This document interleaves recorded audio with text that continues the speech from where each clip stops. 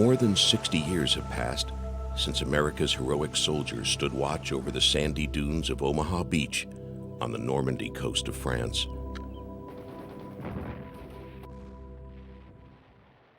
D-Day, June 6, 1944, was unlike any day the world had ever seen.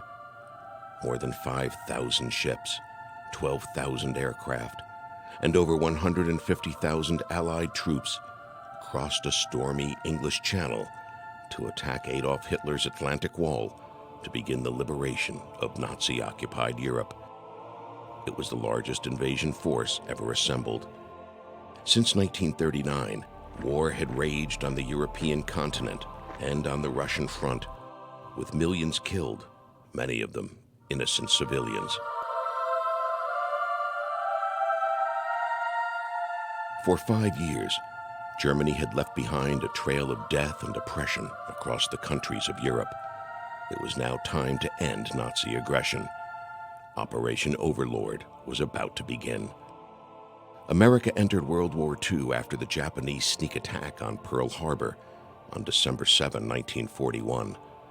4 days later, Germany would declare war on the United States. American youth signed up for the fight by the millions.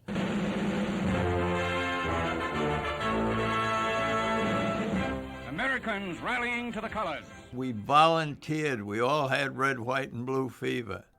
And that I will obey the orders of the President of the United States. The men and boys of D-Day came from all over the world. They were American, British, Canadian, and French. They came from different religious backgrounds. They left big cities and small towns to go off to war. Places like Houston, Texas, Rock Hill, South Carolina, and Woonsocket, Rhode Island. Many were just teenagers, and while some had fought in earlier battles in North Africa and Italy, most had never been in combat. June 6, 1944 would be cataclysmic. The future of democracy and the free world was on the line, but failure was always a real possibility. Battles are won really in the hearts and the minds of the soldiers who are fighting them. Allied Supreme Commander General Dwight D. Eisenhower was placing the future of the world squarely in the hands of soldiers just old enough to drive a car or take a sip of beer. But it was that same youth that had already helped turn the tide of the war prior to D-Day, so they too were handed the assignment of Operation Overlord. The invasion of Europe was gargantuan in its preparation, scope, and implementation. But for all its planning and practice, the landings on the coast of Normandy at low tide would depend on the individual GI, how he handled himself in battle, and whether he would be able to establish a foothold on the sandy coastline or be driven back into the English Channel in defeat. On the coast of France at 6:30 a.m. on June 6, 1944, the battle could have gone either way.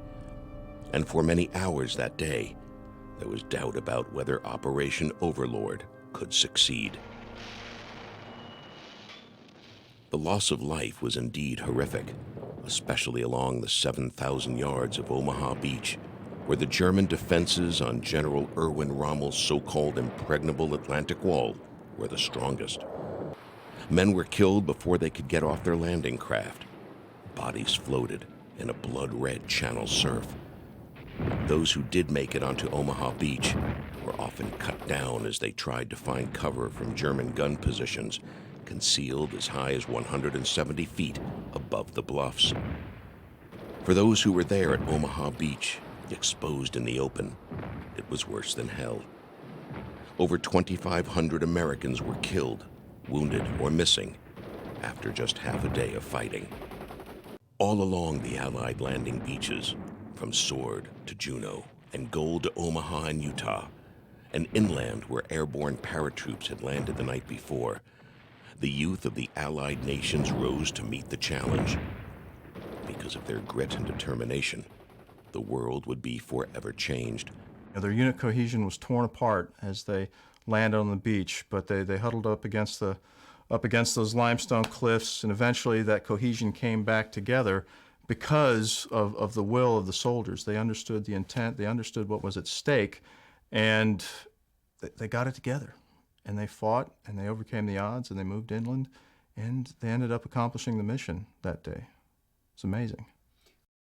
Soldiers, sailors, and airmen of the Allied Expeditionary Force, you are about to embark upon the great crusade toward which we have striven these many months. The eyes of the world are upon you. The hopes and prayers of liberty-loving people everywhere march with you. We will accept nothing less than full victory. Good luck, and let us all beseech the blessing of Almighty God upon this great and noble undertaking.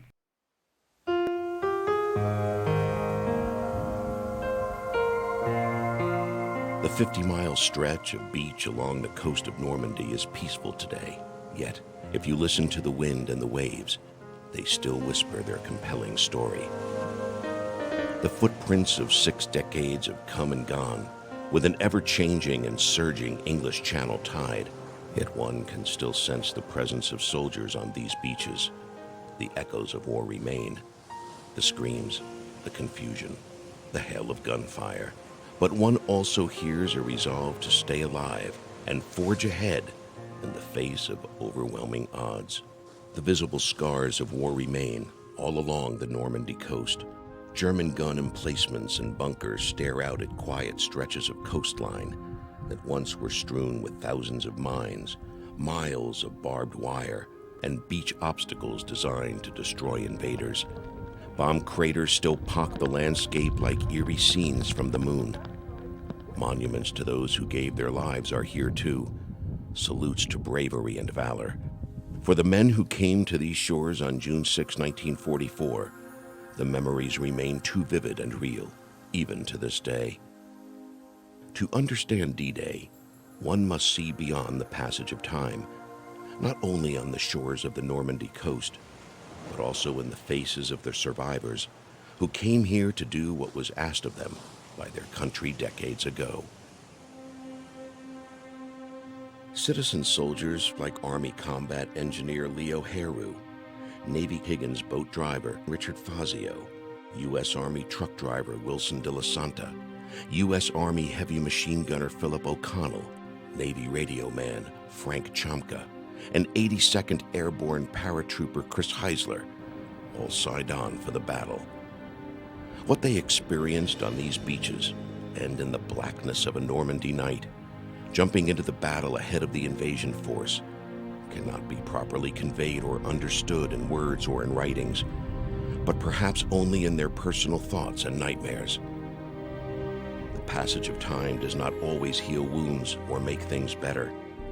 The men of D-Day have indeed aged, but like the wind, waves, and sand of Normandy's beautiful beaches, their actions are eternal and indelible. They will live on so long as the scars of war remain along a stretch of beautiful beach that saw the world change for the better in one 24-hour period on June 6, 1944. People talk about fear, and I guess there was fear, but mostly it was concern about doing what you're supposed to be doing and doing it right. I wasn't as scared as I thought I'd be, but I had a funny feeling in my stomach. At that time, I didn't know what it was. Later on, I found out they call them butterflies. I did have butterflies in my stomach. Just scared all the time to do something. I was anyway. I imagine all the others were too. I honestly never thought of, oh God, no. I was like as numb as I was, but I never witnessed or felt any fear of going into battle or anything like that.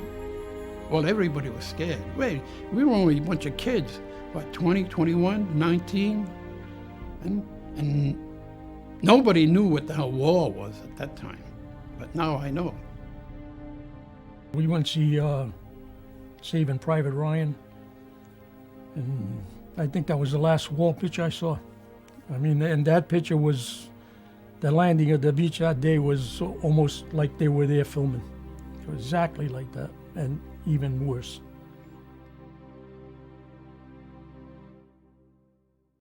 Preparations for D-Day began in 1943.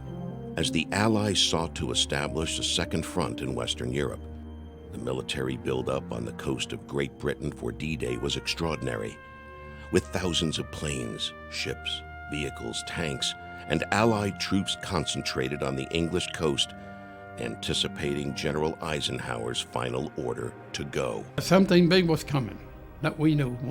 When we were told that we're going to be leaving and to go to Southampton, I said, Southampton, that's right on the coast to go to France. So we knew we were going to go to France. The whole sky was filled with airplanes, just about everywhere you could look. And the whole sea, as far as you could look, was incoming ships and boats and whatnot. I said, there isn't that many ships in the world. There's that many of them there. There isn't that many ships in the world. You know?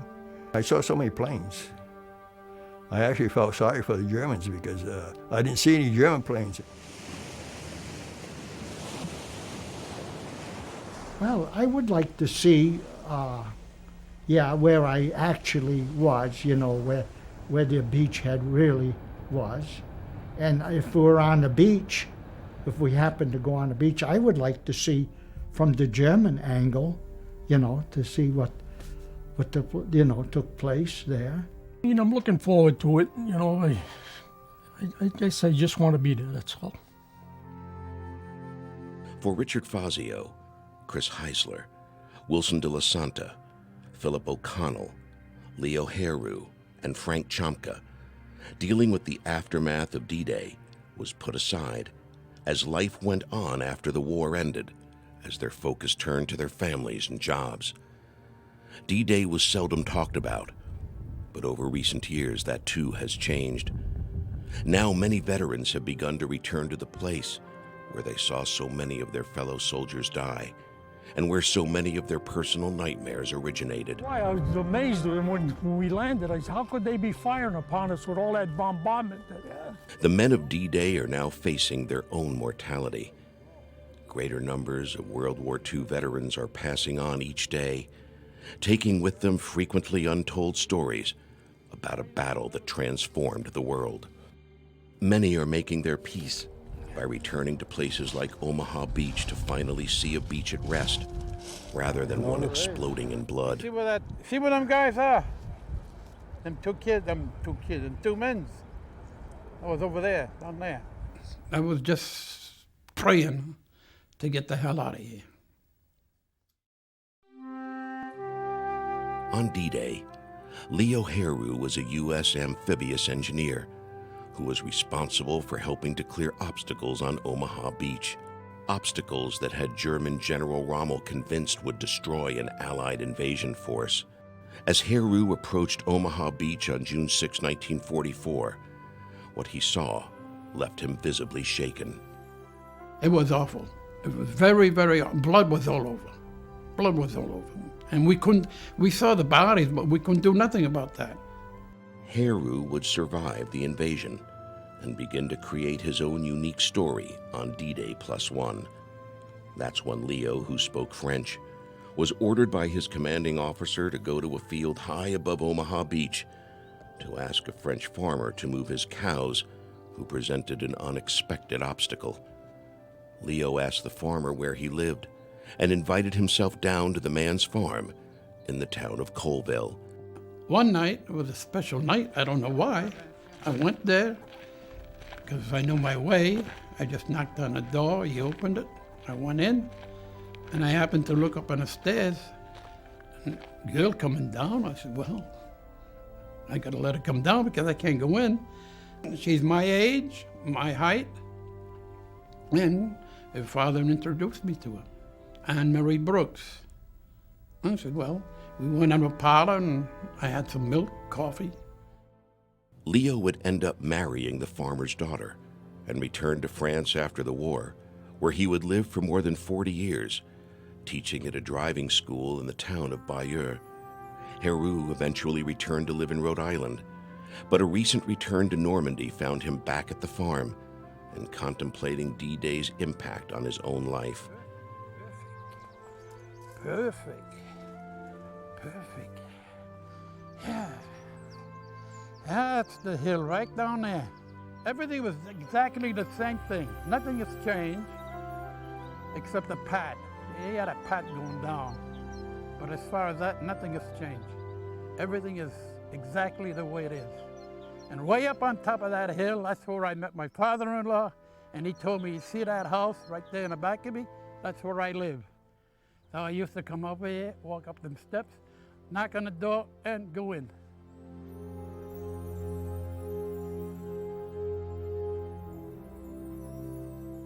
While Leo Heroux's D-Day experience ended with good memories, it was the opposite case for 82nd Airborne First Lieutenant Chris Heisler, who ended up a prisoner of war. The 28-year-old Heisler was aboard one of the 800 planes that would carry paratroopers into France ahead of the main invasion force.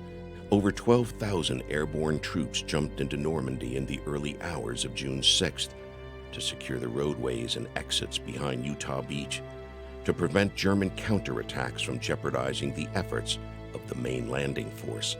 When we went over, finally got over the shore, I looked down and saw the beach of France, and I thought, beautiful beach down there.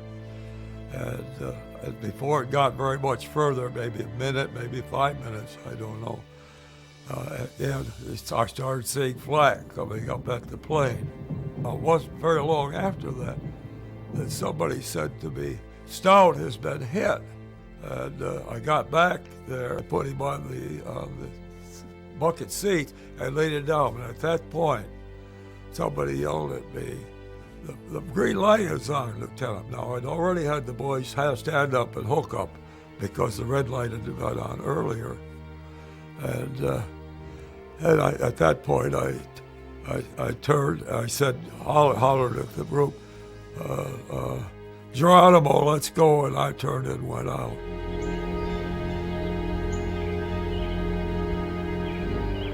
Heisler's C-47 transport plane with a mortally wounded Charles Stout aboard eventually crashed in this field near the small French town of Negreville. 4 additional paratroops on the plane would also die, but Chris Heisler would not be one of them. I don't remember anything until I hit the ground, and it was the softest landing I ever had. My feet just touched the ground as I went down, and I was hung up in a tree. Heisler and the other 17 paratroopers on his plane were supposed to land somewhere near the small French town of Sainte-Mère-Église and Omfreville, with the majority of the 82nd Airborne. But like most of the paratroopers in those early morning hours, he missed his drop zone by miles. I had no inkling of where I was. In the distance, the bells from the church in Sainte-Mère-Église rang loudly as the invasion of Normandy began in the early morning darkness. Chris Heisler had landed safely in France on D-Day, and now the enemy was all around him. I was all alone. The only thing I got scared of, really, right into, because I avoided roads and so forth, was cows. I was sneaking up on cows because I thought they might be some of our men. I could hear the guns on the shore opening up with the bombardment. I could hear that all the time, every morning, noon, and night, all during that period. After making his way towards the original drop zone, I was looking out of the hedgerow, over the hedgerow, to see what was going on there. And as I sat down, a German walked right in front of me that I hadn't seen, and he hadn't seen me. Fortunately, I had my Tommy gun cocked, and when he came around the tree, I'm trying to remember whether he had his gun slung over his shoulder, I think so, but I just stitched him all the way up with a machine gun, and that was the first period that was the most difficult period I had in all my whole career, because I thought he was the point of a squad, And I was sitting there expecting any minute to get shot. I was saying to myself, I wonder if I know when I die, if I feel the bullets when they go in me or anything. Pretty soon I realized, well, I got to get the hell out of here. So I moved to another hide, and it was at that hide that I was captured.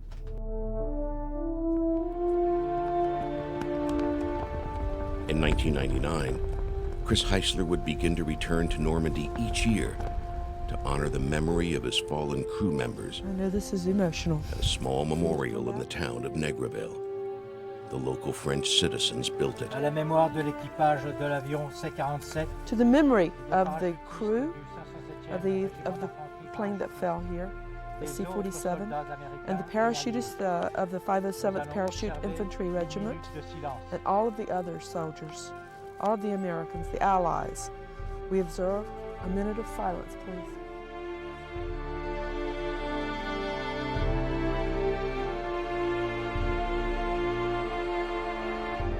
The same scene is repeated just a few miles away in Omfreville. Local citizens gather at the monument to the 507th Parachute Infantry Regiment, the unit Heisler was attached to. The Rhode Island paratrooper and the other D-Day veterans from America are all honored for their valor on June 6th. In a scene that is not uncommon when D-Day veterans return to Normandy, the day wraps up with a celebration. On this night, it's a special dinner at the community center in Omfreville. Most of the small town turns out. Many of them are too young to remember D-Day, but the stories have been passed down from generation to generation, and now it's their chance to say thank you.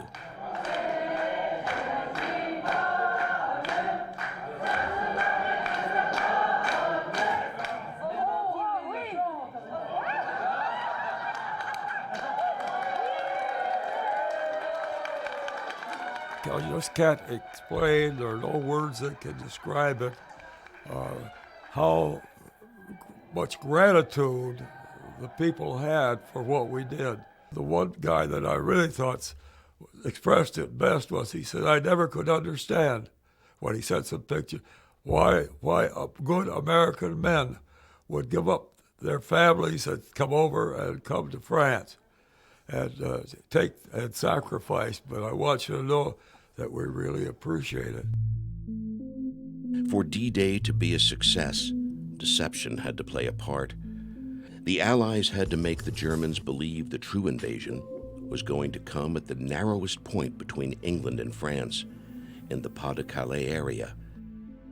Calais lies 150 miles northeast of Normandy and 20 miles from the coast of England. Through an elaborate plan, the Germans bought into the landings in Calais, positioning their most battle-hardened troops away from Normandy. One key part of the Allied plan was labeled Operation Fortitude.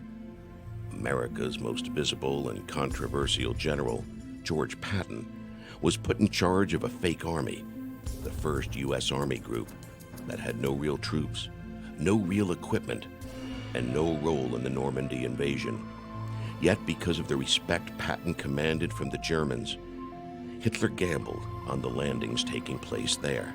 The Germans bit, and they committed a lot of their forces to defending the Pas-de-Calais and parts away from Normandy. Even though the German High Command had this sort of a gut feeling that something was going to happen at Normandy, they just had to spread their forces thin. And just all the little details of implementing that plan, made the big difference.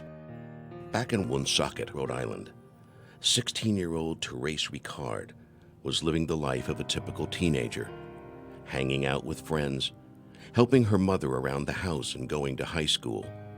But Ricard was also contributing to the Allies' plan of deception against the Nazis.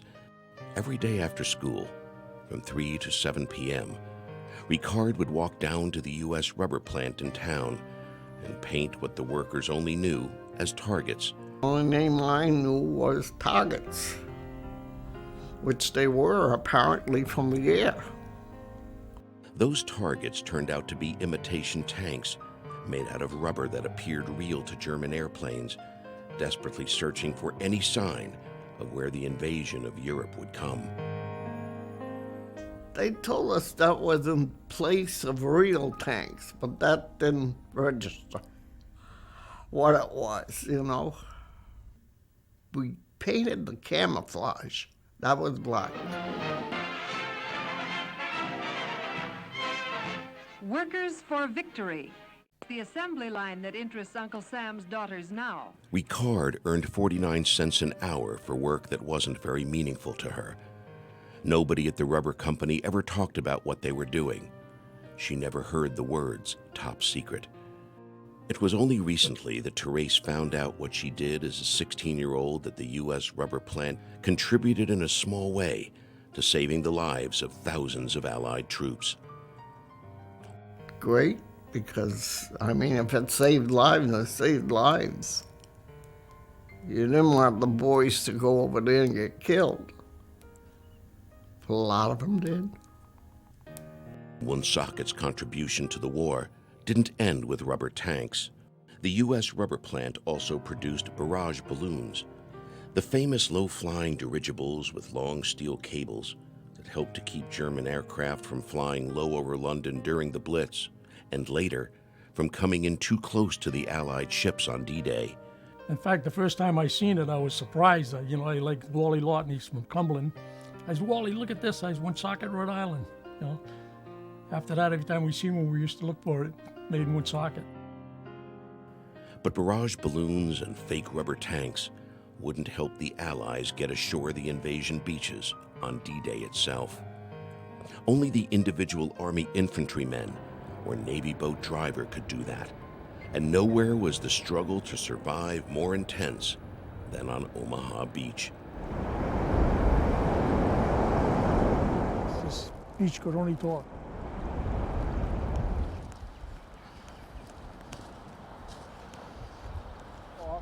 I could see in the background is higher ground, you know.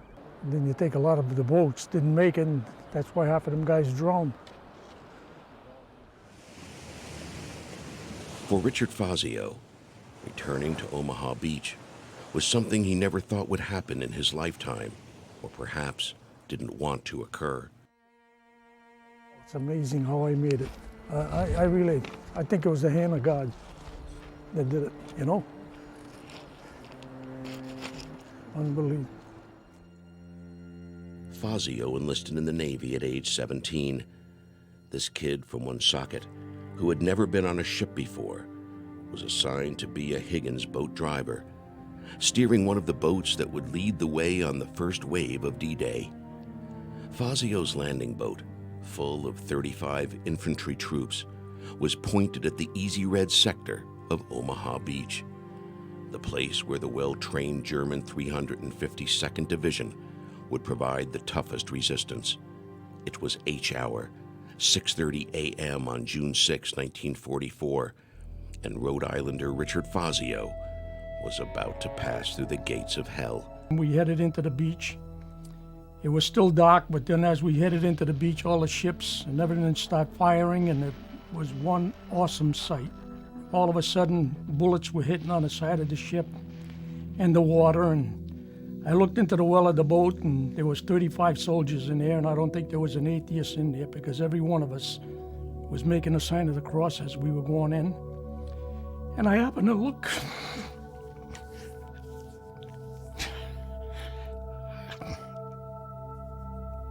I looked to the right, and I seen a boat get hit. And then it's when I realized what we were going into. As I hit the beach, Wally Lawton lowered the ramp, and the soldiers started pouring out. And I seen them dropping. I seen them getting shot. I seen them, their faces blown off. God, it was an awful sight. It's a sight I'll never forget. It's been in my mind since. This is the first time I ever talked about it. I hope it's my last. As they were going off, there was one soldier there that didn't want to leave. I guess he froze. He seen what happened in front of him. and we were instructed not to take anybody back unless they were wounded or dead. As I lifted up my arm, tell them to get off, I was shot over here and it came out my back.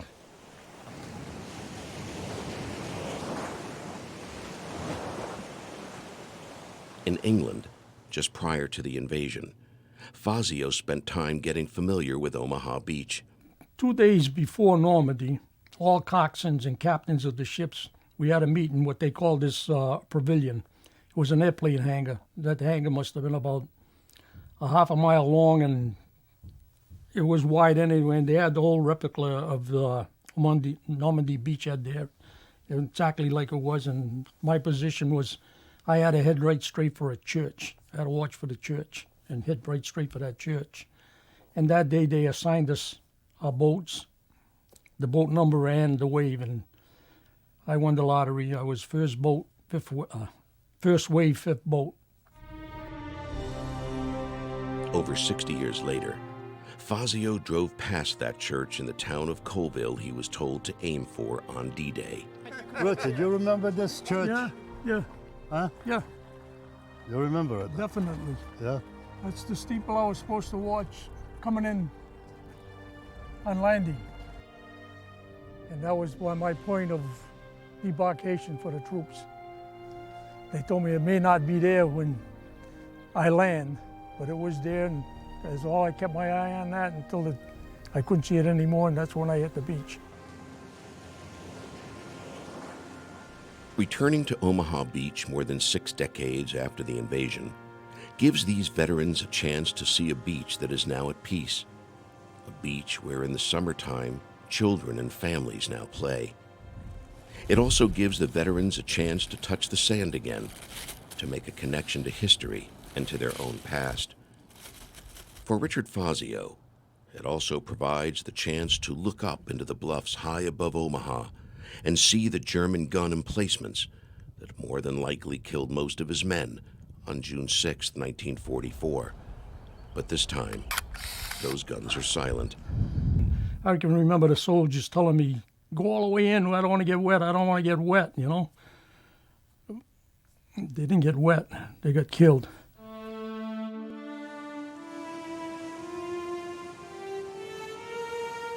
For Navy radio man Frank Chomka, D-Day's wake-up call came very early. I can remember it was kind of stormy, and of course there's no lights anywhere showing. We're all in the darkness, and the only thing ahead of me was another tug pulling another big monstrosity. Aboard a naval tugboat, Chomka and his crew arrived in the early morning hours of June 6th off a quiet Normandy coast. The tug's mission was one of the most important and unique of the invasion: to tow across the 90 miles of English Channel huge concrete blocks that would eventually make up the famed Mulberry Harbors, the artificial ports that would supply the American and British invasion beaches until the Allies could capture the French deepwater port of Cherbourg. I kind of figured it had something to do with, the coming events that were going to take place. The sheer size of the 150 caissons Chomka's boat and the other tugs towed over to Normandy prevented a fast trip. The tug's top towing speed towards France was just 5 miles an hour. Each concrete block was 200 feet long by 60 feet wide and 60 feet high, and weighed as much as 6,000 tons. The remains of the Mulberry Harbors can still be seen today, especially off the British landing beaches. A giant section of the artificial harbor also still rests on Omaha Beach. I never thought that it was going to be a makeshift breakwater or whatever, When we all landed here, that's all you could see was all boats and everything else. People landing and it's amazing. Wilson De La Santa knows Omaha Beach better than most. On D-Day, De La Santa was supposed to bring ashore an Army truck loaded with supplies But like everything else on that day, his plans would change as he approached the Normandy coast. The tide was coming in so fast. The people were holding hands. I guess a lot of them couldn't swim, but they were holding hands till they get out of the boat. And you had these half tracks that were going up, and they were popping them off like crazy. Even the people, we were all together there. A lot of them get hit. You could see them going over. The bodies all over the place. The arms, the legs. And the water was pretty red. And you felt real bad when you see one of your own dead. It's pretty hard to take it. Like most of the troops on the beach, Della Santa would be pinned down on Omaha for most of D-Day. German mortars and gunfire had soldiers searching for any cover they could find. Out in the open, the troops on Omaha were sitting ducks. It was the longest day of Della Santa's life. I never said much about it because I don't want to keep remembering it. You know, the less I talk about it, the better it is. Like Richard Fazio, Wilson Della Santa will take a piece of Omaha Beach back to Rhode Island. I'm amazed to see the way everything is today, you know? Because, well, like I said, when we all landed here, Jesus, all you could see was all boats and everything else. Waiting aboard a ship in the waters off Omaha Beach on D-Day, U.S. Army heavy machine gunner Philip O'Connell must have had the luck of the Irish with him. Always had the feeling that somebody's looking after me. O'Connell was scheduled to land on Omaha Beach, but the call that was going to come at any time never did. And O'Connell and his fellow GIs had a front row seat to one of the greatest moments in the history of the world. I'd watch the assault boats, or the Higgins boats, disappear into the smoke. If you got close to shore, it'd be a lot of smoke. We were waiting and waiting. We didn't know when we were supposed to join them or go ashore. And I was young then, and I was disappointed, you know. I wanted to be I'm glad I wasn't among the first or second, because most of the people that landed before I did laid there on the beach, they were dead. It was on D-Day +1 when Philip O'Connell would finally board a transport ship and set foot on Omaha Beach. What he saw there has remained with him for over 6 decades. I was surprised how many dead people there were, and they're all young. And the sad thing when I think about it now, at the time, you feel sorry for them, but you're glad it's not you. That's how I felt. I feel sorry for these people, but I'm glad it's not me, you know. So, and I think everybody felt that way, you know.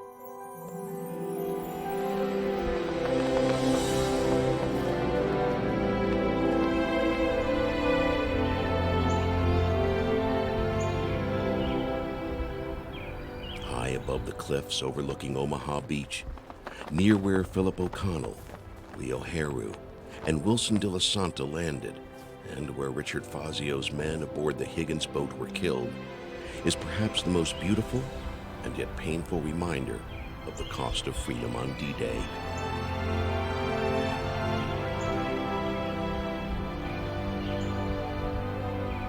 For the 5 D-Day veterans, the American Cemetery in Normandy is a place to come to say hello to old friends who never made it home. Look out there. Isn't that amazing? Or to just give thanks for what the over 9,300 soldiers who were buried under these white crosses sacrificed for their nation.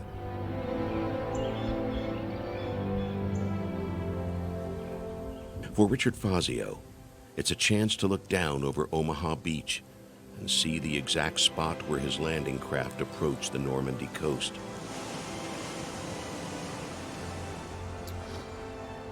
So peaceful.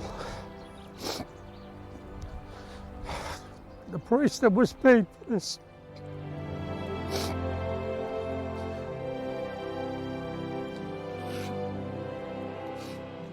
I can't understand how this place was bombed so much and it looks like this today. I mean, it looks like God put his hand here and straightened it out. Unbelievable. Now I want to see it this way. I'm going to remember it this way, not the way it was. This is real beautiful, peaceful.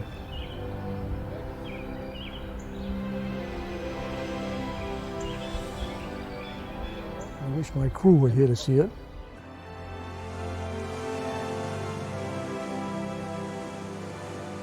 It's right in this area here someplace. For paratrooper Chris Heisler, coming back to the American cemetery, where all the white crosses point west towards America, gives him a chance to say hello to that fellow soldier who was aboard his plane on D-Day, but never got the chance to parachute into Normandy. He was shot in the plane, went down with the plane. Oh my God, there it is. I wasn't too far off, was I? He went down with the plane. I've got some more guys out here, about 7 of them, that were on my plane that were killed within the first couple of days. I used to put a coin on top of each one of those graves of my men when I'd go. If their friends or neighbors came, they'd see that coin and know somebody cared enough. These guys all gave their life for democracy. That's what the French remember. One of the white crosses belongs to Maurice Gauthier. Maurice landed here on Utah Beach on D-Day as part of the American 90th Infantry Division. The fighting on Utah wasn't as fierce as Omaha Beach, but still bloody enough. Maurice would survive D-Day, only to be killed in action a little more than a month later in the battle for St. Lo. Gauthier's mother back in Rhode Island got a telegram from the War Department notifying her of her son's death. Gauthier's sister Jackie remembers that day.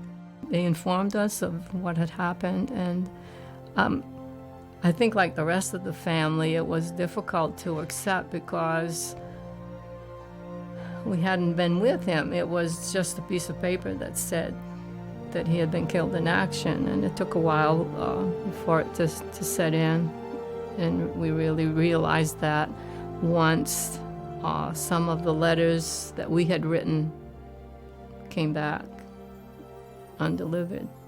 Going back to Normandy to see her brother's grave was a journey that took Jackie Auclair nearly 50 years. It was something that I had always wanted to do, but I didn't think I'd ever get to go to his grave in Normandy, and it was quite an emotional experience for me. To be there on his grave after, I think it was nearly 50 years. It was like a connection, I would say, a reunion of souls maybe. I've often wondered what life would have been like for him. Their souls may have been committed to God, but their names still echo across this hallowed ground. Corporal George R. Bailey. Private Andrew Cass. Staff Sergeant Joseph E.L. Diovito. Theodore J. Marquis. Private Horace V. Florio. Private First Class Elmore R. Harkness. Private Leonard C. Mooney. Private First Class Arthur R. Salwa. Private Thomas Colson Jr. Private Joseph D. Donato. Second Lieutenant Niles E. Holman Jr. First Class Louis M. Proto. Private First Class Bartolomeo. In the American cemetery, these visiting veterans find some solace among those who rest here eternally. It also provides a setting for them to ask why they survived this invasion and this war, while so many here did not. Why are you here? The period of reflection doesn't last long, as the silence is broken by the sound of young voices. French school children on a field trip surround these aging men of D-Day to hear their stories and to say thank you. French kiss, they kiss like this. Then like this. hugged and kissed and thank yous and everything else. Unbelievable. And and it's the younger generations besides. I've got some of my 7 or 8 men here buried that I go visit their graves. That's why we did it, for them. It's been more than 60 years since American GIs fought in the French countryside and waged a fierce battle for a foothold in Europe.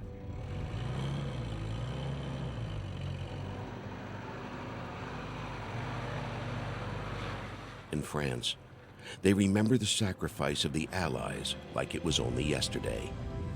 Time may have passed, but the echoes of American soldiers on the move remain. I'm sure those older French men and women still feel when they think back on it. I'm sure the tears still well up in their eyes when they think of the horrors of German occupation and then the great feeling of liberation that came from D-Day and its aftermath.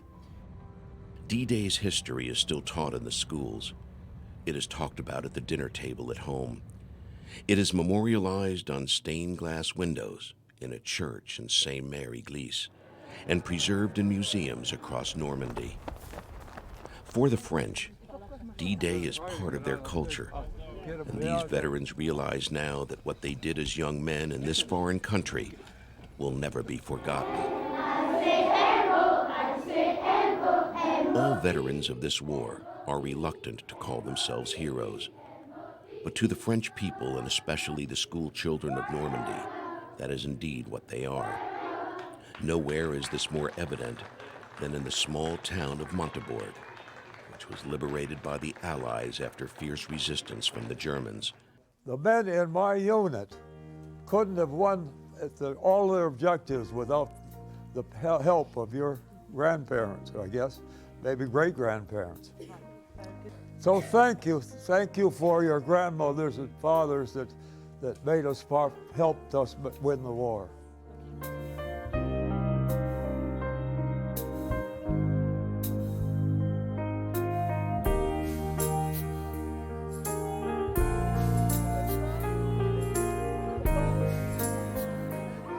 These kids see through the graying hair and past the cane that helped stabilize an 89-year-old former paratrooper. They see young American soldiers who traveled a great distance decades ago to free a country from Nazi oppression.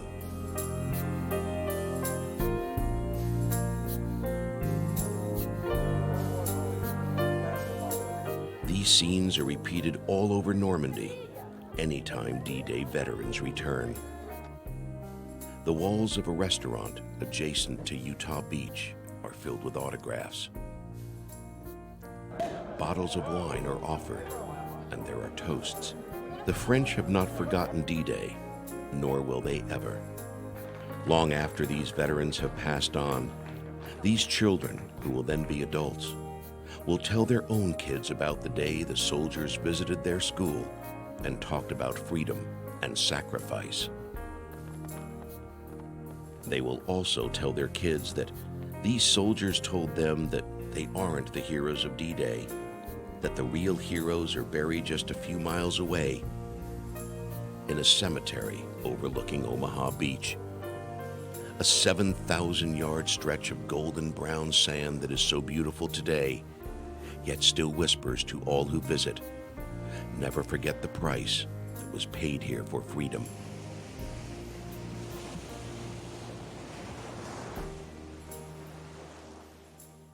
I was actually proud of being part of it.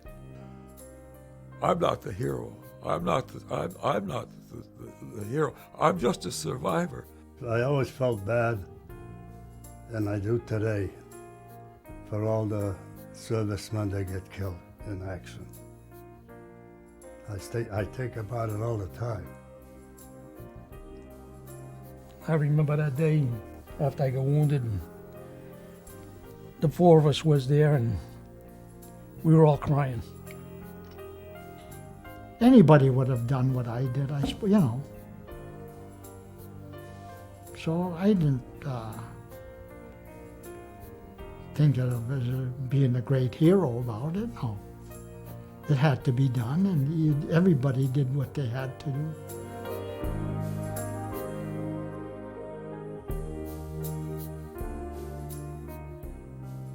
Hero, what does it mean, a hero? Can you tell me? Just because he did something which is very important, but he had a job to do, and that's what I did. I had a job to do, and I did it. But I'm not a hero.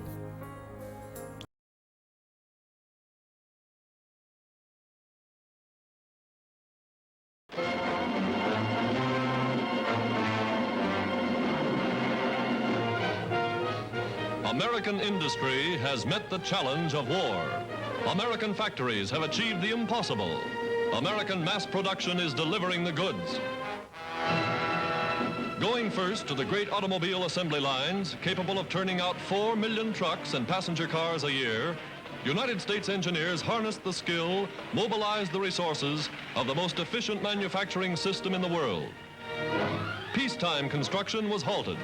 Overnight, tons of machinery and hundreds of plants were hauled away for the duration by workmen converting to war.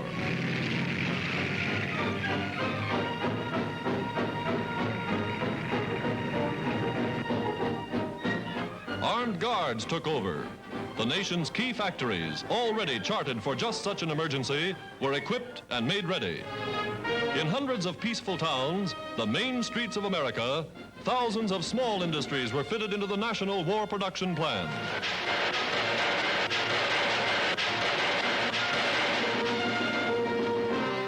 Performing manufacturing miracles. Workmen in Denver, Colorado, for example, make parts and fashion tools that may help build a battleship in a Navy yard 1,000 miles away. Small stuff. The billions of bits and pieces. 100,000 different parts in a single flying fortress. And every possible plant that could be retooled is turning them out, feeding them to the big assembly lines night and day.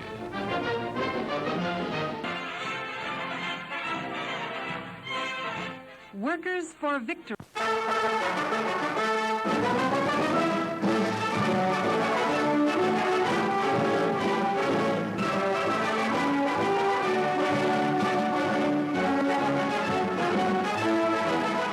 The most powerful invasion air force ever launched. Some of the 11,000 planes that opened the path through the so-called impregnable Atlantic Wall. Between L'Albe and Cherbourg in Normandy, the Allied lightning strikes.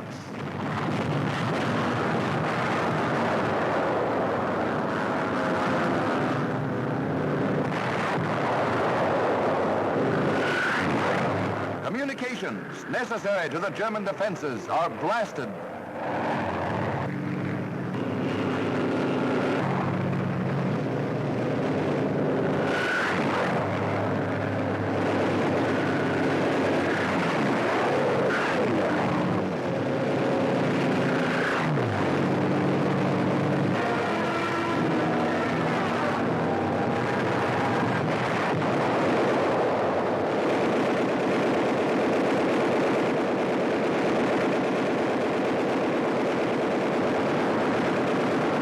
And now, back in England, a 50-mile-long air train gets underway.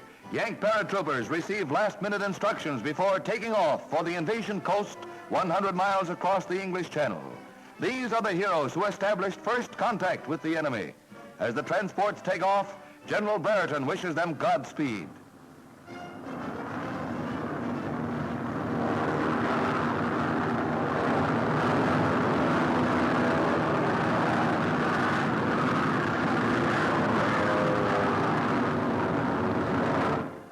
Another set of brave men board gliders.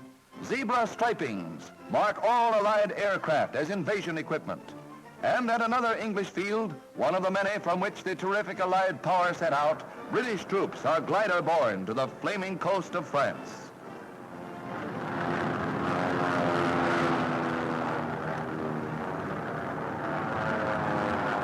Backing up the mightiest invasion by air, 4,000 ships, combat and landing craft carry the war to the enemy by sea.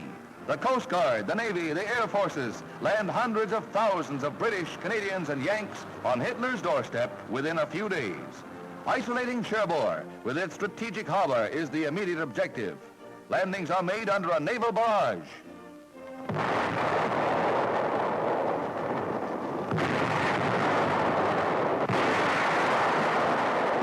President Roosevelt said, "Let our hearts be stout." And later, Germany is the first on the list for destruction. These troops, bucking the choppy seas in the Channel, heeded his words.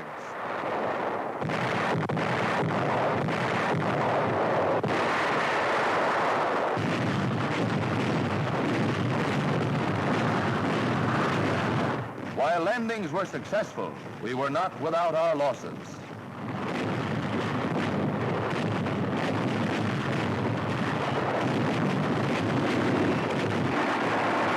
Shock troops move in for the beach assault.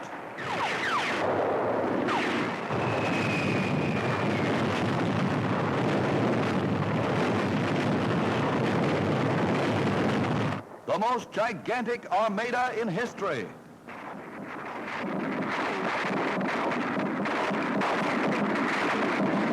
Each hour, and the enemy's hedgehog defenses are ahead. This is the supreme moment of invasion. This is frontal assault on an entrenched enemy.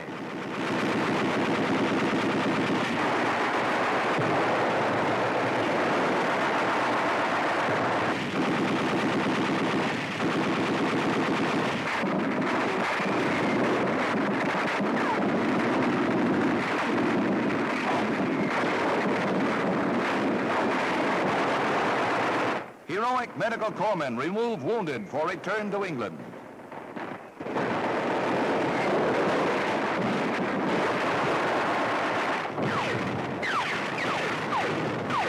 Some landing craft are stranded on sandbars, and a tank founders.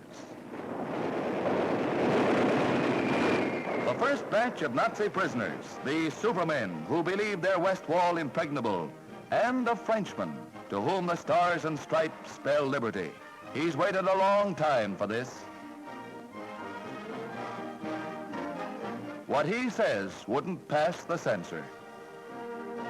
When the beachhead is established, heavier equipment is moved in. Reinforcements for those heroes who are bringing liberation to the people of Europe.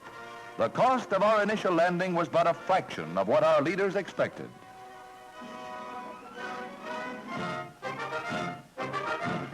More than 10,000 German prisoners were captured in the first few days of the battle. And we know one Hun who's not going to peddle any more Nazi philosophy. The Allied advance is rapid as we mop up town after town.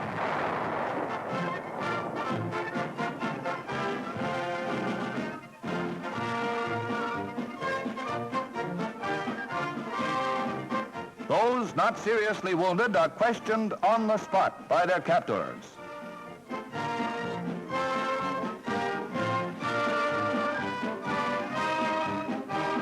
The Allies bagged plenty of equipment from the surprised Germans. Many of the enemy troops didn't know what hit them, and the cooperation of the French aided our cause.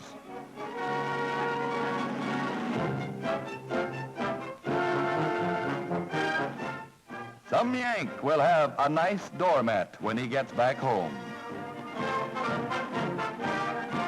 The Supreme Commander, General Eisenhower, holds an early conference with General Montgomery, the commander of English ground troops, and they see that all operations go according to plan. These are the men who will lead us to victory, along with General Omar Bradley with glasses, who commands our infantry. The cost of our first landing was low, but many wounded are returned to English ports, men injured in that first assault. Let these pictures remind us that there's still a long road ahead to Berlin. The bond you buy in this 5th War Loan Drive can help men like these on the path to victory. Now it's your turn. Buy that extra bond today.